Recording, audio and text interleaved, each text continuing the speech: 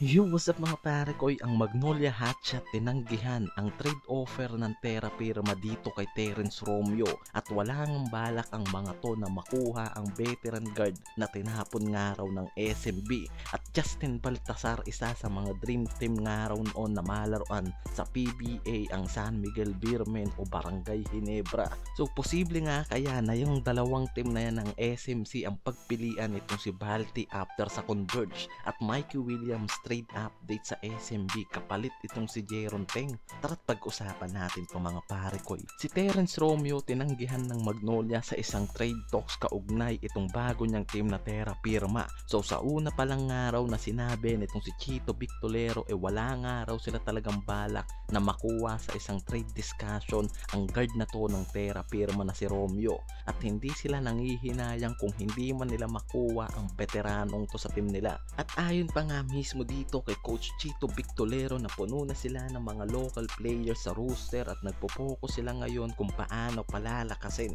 yung roster nila at pagandahin ng team chemistry at wala nga raw silang interes na makakuha pa ng isang trade para dito kay Romeo. Yan yung rumors na lumalabas na dapat nga raw ibabagsakan nitong si Romeo ang Magnolia pero pinutol agad nitong si Chito Victolero dahil nga sa kawalan nga ng interest ng mga to sa veteran guard ng SMB noon na si TR7. Dapat nga raw idadaan lang ito sa Terra Firma para makuha ng isang independent team rin pero tinanggihan siya ng team na to. And after nga natanggihan siya ng Magnolia saka lumabas yung potential na tumanggap na lang to ng mga offer overseas league dahil ilang games na rin ngayon na wala itong sa laro ng Terra Firma kaya nga possible na hindi na nga ito maglaro pa at wala rin talagang balak na kuhain siya ng Magnolia dahil ang target talaga nito ay yung power forward o center position na player. Sa kabilang dulo mga pare ko itong si Justin Baltasar sa isang interview report mga pare ko nauna nang sinabi nito yung dalawang team na gusto nitong malaruan.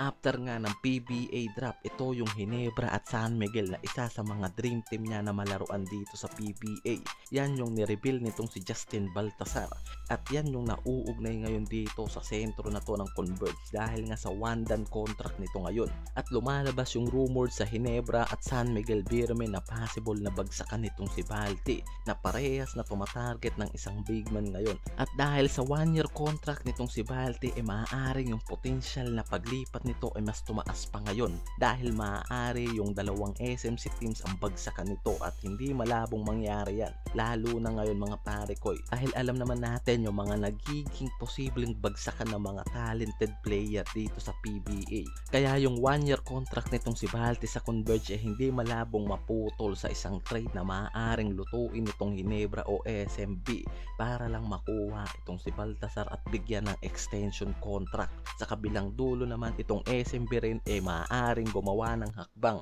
para makuha sa isang trade option itong si Mikey Williams para dito kay Jeron Teng na mas may katuturan nga raw i-trade para dito kay Williams. Yan yung maaaring gawing move ngayon nitong SMB para dito sa veteranong guard na si Williams lalo't hanggang ngayon wala pa rin nga raw team yung possible na bagsakan nito at yung SMB yung maaaring sumugal dyan lalo't marami silang option dito mula kila CJ Perez, Marcio Lassiter at meron pa silang Wami Chongson ngayon kaya bale wala lang kung bibitawan nila itong si Jeron Teng na bagsak yung average at mas lamang pa sila na makuha ito at subukan si Mikey Williams at walang mawawala sa mga yan kung bibitawan nila itong si Jeron Teng at gawing substitute off bench naman itong si Williams. Yan yung possible na gawin nitong SMB ngayon para makuha at masubukan lang ang veteran guard na to ng Token Text.